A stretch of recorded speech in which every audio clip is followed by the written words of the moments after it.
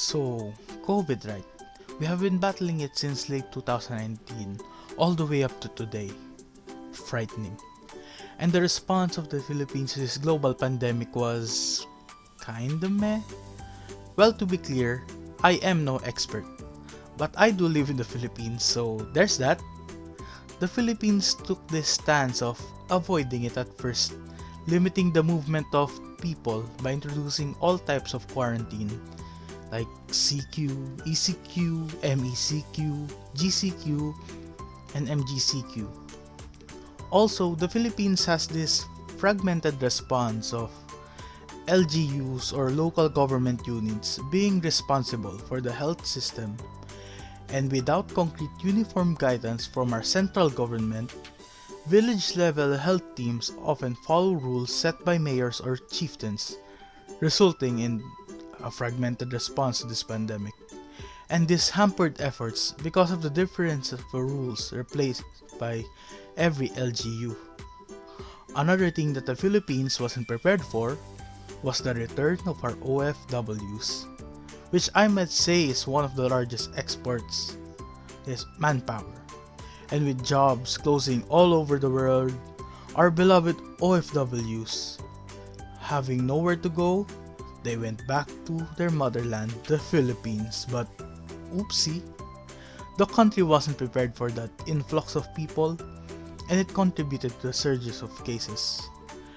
But with the infections easing from recent years, the government now is opting for a more targeted restriction than the restrictive lockdowns that closed 75% of the economy in 2020 and the beginning of 2021.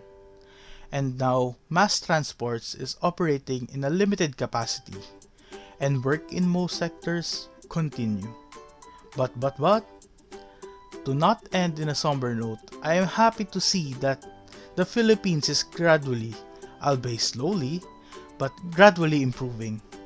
The data alone shows that we have 0.41 new cases per 100,000 people, and 59% of the total population of the Philippines has been fully vaccinated. I just hope that this trend will continue and return to normal. Well, it's not the past normal, isn't it? So I hope we can begin our new normal and start rebuilding this country again. And it became night. How long was I talking for? Well, anyways, let's stop dunking on the Philippines and take a look at another thing that the pandemic has changed. Education. Again, I am not an expert, but I am a student. If not obvious at first glance, anyway. And the change in education system has impacted many across the world. Like for example, me. Since the program I have chosen has laboratory subjects and practical subjects, I stopped for a year thinking, how would I absorb the lab subjects if not done in a lab? I mean, it's good that the educational systems across the globe has adapted this distance learning, but we forget that not everyone has access to devices and the internet, and that creates a divide and shows the inequality that other students face.